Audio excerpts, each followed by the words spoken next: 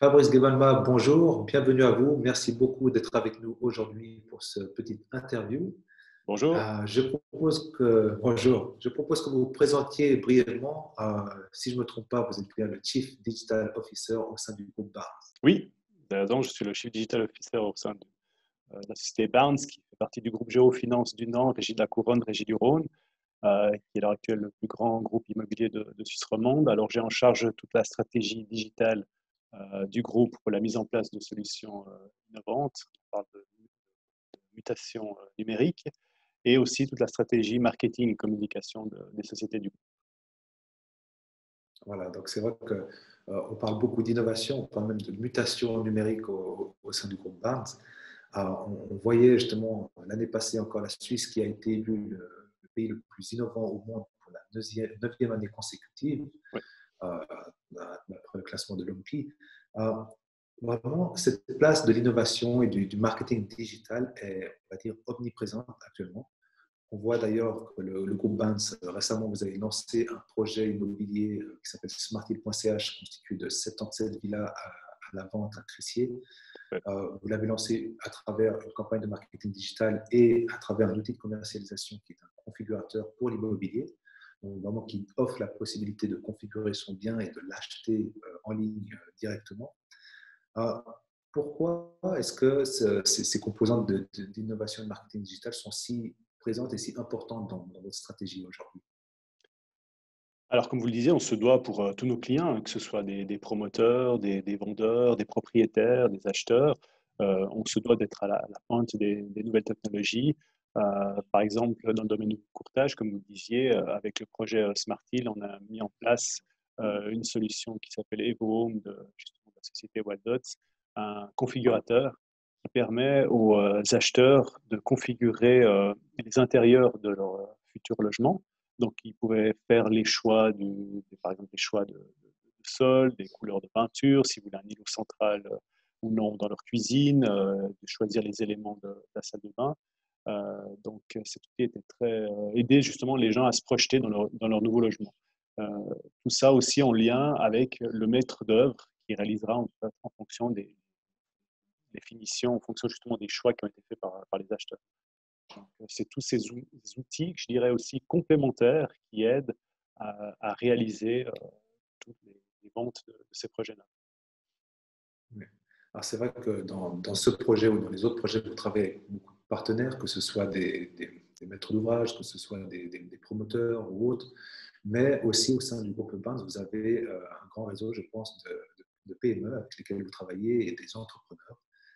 Est-ce que, toujours dans le domaine du marketing digital pour l'immobilier, vous auriez des conseils à leur donner à ces entrepreneurs ou à ces plus petites structures? Alors oui, comme vous le mentionnez, on s'occupe autant de petits projets que de gros projets. Ça va de 10-15 lots à des fois jusqu'à 300 lots. Donc, il n'y a pas entre guillemets, de petits projets. Donc, on apporte aussi toutes nos compétences et nos qualités de traitement dans tous les projets. Alors, il y a plusieurs aspects à prendre en considération. Donc, il y a toute une analyse à faire en avant. Donc, on a aussi un pôle projet neuf. On a toutes les compétences au sein de ce pôle projet neuf pour analyser le projet. Donc, il y a la grille de prix analysée, il y a le ciblage, le timing. Pour tout ce qui concerne le marketing, en fait, il faut soigner tous les supports de communication. Ils doivent être prêts pour être après diffusés sur tous les canaux. Donc, vous avez des sites web dédiés, des visites virtuelles, des vidéos drones, des brochures. On pourrait aussi faire des maquettes physiques. Donc, tous ces outils vont nous aider ensuite à construire la communication digitale qui sera exécutée sur divers canaux. Donc, tous ces points sont extrêmement importants et il ne faut pas les sous-estimer dans le futur de la communication. Tout à fait. Donc, c'est vrai qu'il y a énormément de composants à prendre en considération en amont. Mhm. Maintenant, dans le marketing digital, dans l'immobilier, on voit souvent, selon les projets, selon les acteurs, des résultats relativement variables. C'est-à-dire que ça peut vraiment amener des grosses conséquences positives, on va dire, tout comme ça peut avoir des conséquences moindres. D'après vous, qu'est-ce qui définit le succès d'une campagne de marketing digital dans l'immobilier? Alors, c'est difficile de donner une réponse globale, Il y a de nombreux facteurs qui peuvent rentrer en compte. Tout d'abord, je pense qu'il faut avoir une grosse réflexion, une analyse au début. Il faut savoir à qui on s'adresse. Il y a un ciblage qui est à faire. Il faut créer le message, il faut créer les visuels, les supports. Donc, tous ces points vont participer au succès ou non de la campagne digitale. Il faut aussi savoir s'entourer de prestataires, comme Wilddots, par exemple, qui vont nous aider justement et qui vont surtout nous orienter sur les bons choix. L'avantage aussi avec le digital marketing, c'est que vous pouvez très facilement corriger une campagne qui ne fonctionne pas. On a des outils de monitoring. Euh, et c'est assez rapidement corrigeable. Il y a aussi la possibilité de lancer plusieurs campagnes et voir lesquelles fonctionnent le mieux. Donc, à l'heure actuelle, on a énormément de possibilités et on voit assez rapidement ce qui fonctionne ou ce qui ne fonctionne pas. Oui. C'est vrai qu'il y a beaucoup d'outils qui existent, beaucoup de moyens, que ce soit pour corriger le tir ou pour monitorer, pour gérer une campagne, on va dire. Et c'est vrai qu'une campagne de marketing digital est un réel écosystème, on peut dire. C'est-à-dire qu'il y a vraiment beaucoup d'outils, beaucoup de supports qui sont utilisés. Cependant, aujourd'hui, j'aimerais qu'on parle du rôle des réseaux sociaux. C'est-à-dire que les réseaux sociaux ont un rôle relativement important.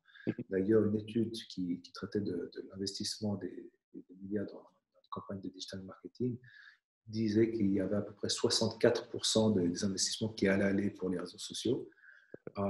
Au sein de Barnes, quel est vraiment ce rôle qu'occupent les réseaux sociaux dans vos campagnes, que ce soit pour des projets neufs ou d'autres types de projets? Alors, je dirais qu'il est énorme dans le sens où, à l'heure actuelle, pratiquement tout le monde est sur les réseaux sociaux ou utilise un des réseaux sociaux comme que ce soit Facebook, LinkedIn, Instagram, Pinterest. En fait, les réseaux sociaux, on sait que c'est un prolongement de nous-mêmes digitalement, on va dire. Donc, on ne peut pas exclure ce canal de communication qui est formidable. Pardon. Il est évident que c'est un canal fantastique pour le marketing.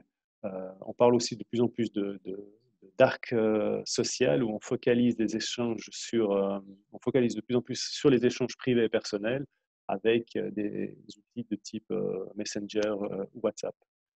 Donc, non, pour le groupe Barnes, on utilise énormément les réseaux sociaux et on a énormément de bons retours. C'est vrai que vous le mentionnez auparavant, il y a beaucoup d'outils qui permettent de mesurer un peu l'impact.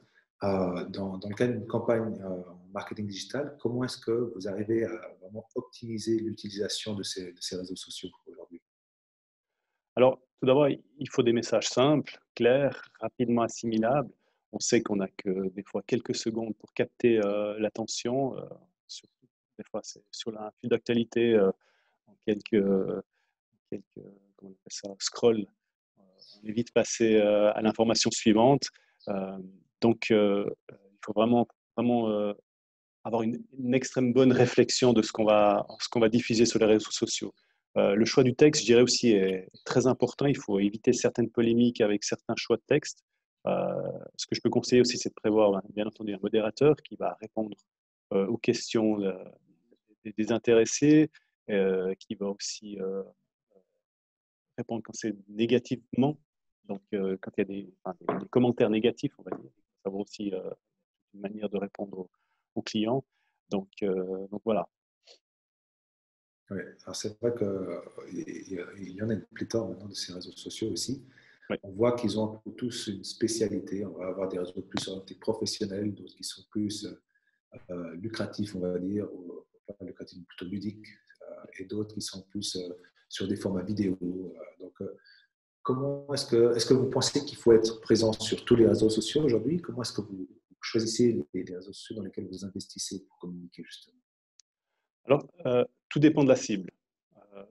Dans le domaine de l'immobilier, on est plus axé, surtout je dirais pour le courtage, sur les trois principaux qui sont Facebook, Instagram et LinkedIn. C'est clair qu'après, on se doit toujours d'avoir un œil attentif sur l'évolution. On voit que, par exemple, pour la jeune génération, les réseaux sociaux comme Snapchat et TikTok, par exemple, prennent de plus en plus d'importance. C'est encore pas notre marché cible, mais on est très attentif à l'évolution.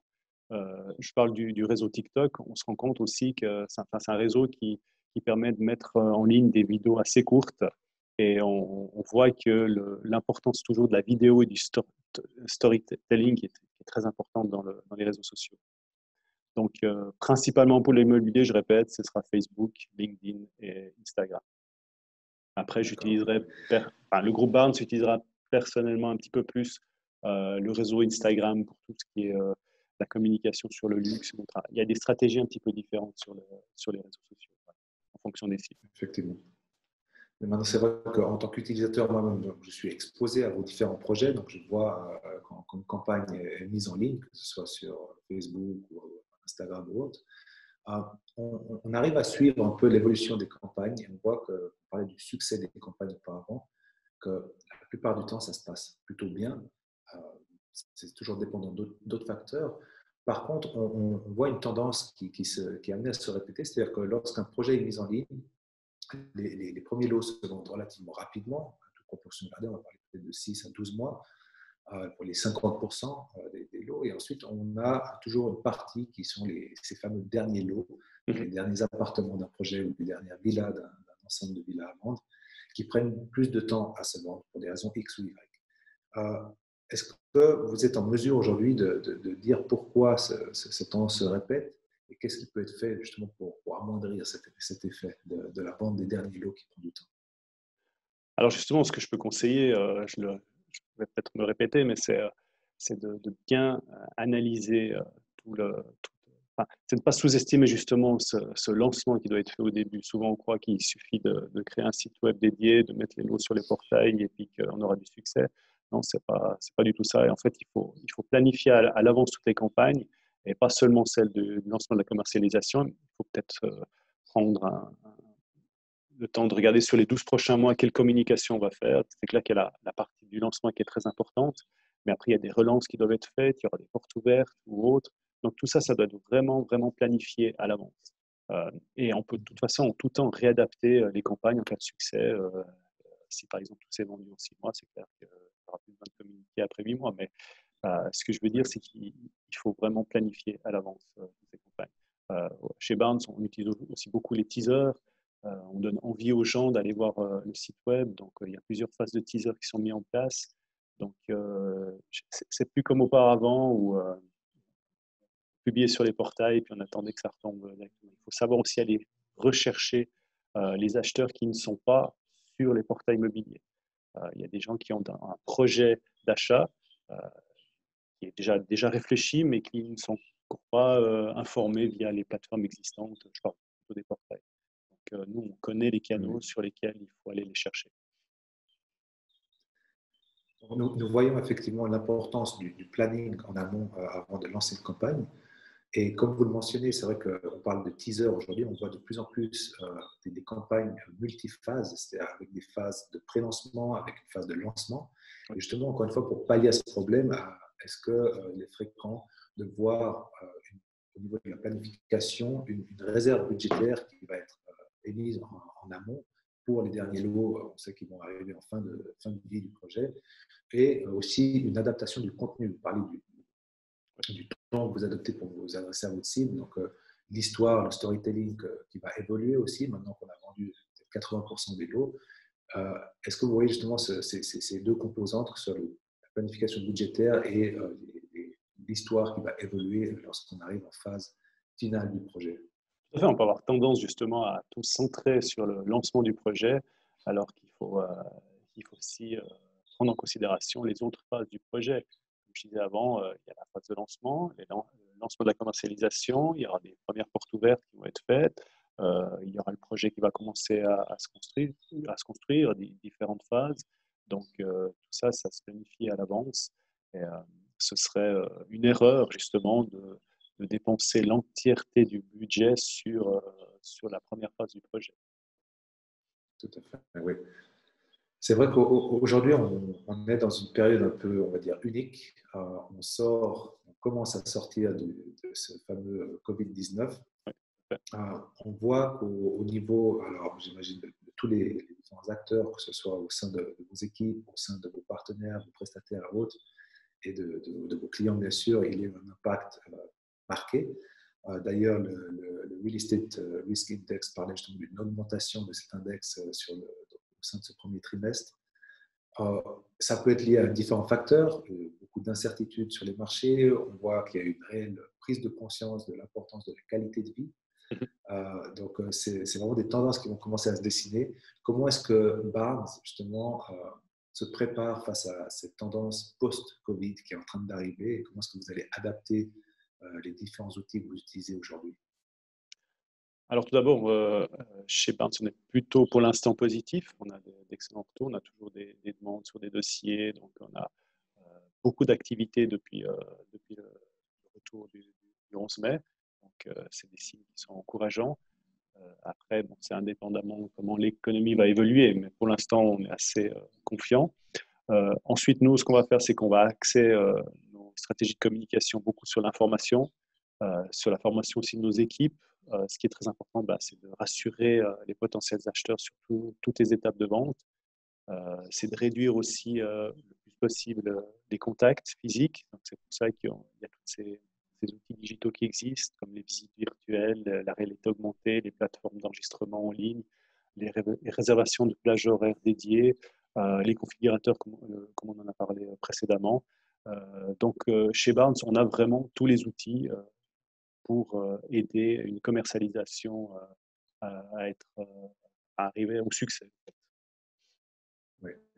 Donc, beaucoup de changements dans un écosystème qui est déjà extrêmement dynamique, Oui, le marketing digital en soi par définition. Donc, je tout à pense fait. que ça promet de beaux jours et beaucoup toujours de facultés d'adaptation dont vous avez fait preuve. Fabrice Guébalma, je vous remercie infiniment. Merci à Est-ce vous. qu'il y a peut-être un dernier mot que vous voulez échanger avec nos auditeurs aujourd'hui? Peut-être rester au courant sur nos plateformes, sur nos réseaux sociaux. Il y a plein de nouveautés qui vont arriver. Donc voilà. On se réjouit. Alors, je suis sûr qu'on ne manquera pas de tous les voir. Parfait. Un grand merci à vous, Merci à vous. Fabrice, et à tout bientôt. À tout bientôt. Portez-vous bien. Merci pareillement. Au revoir. Bye bye.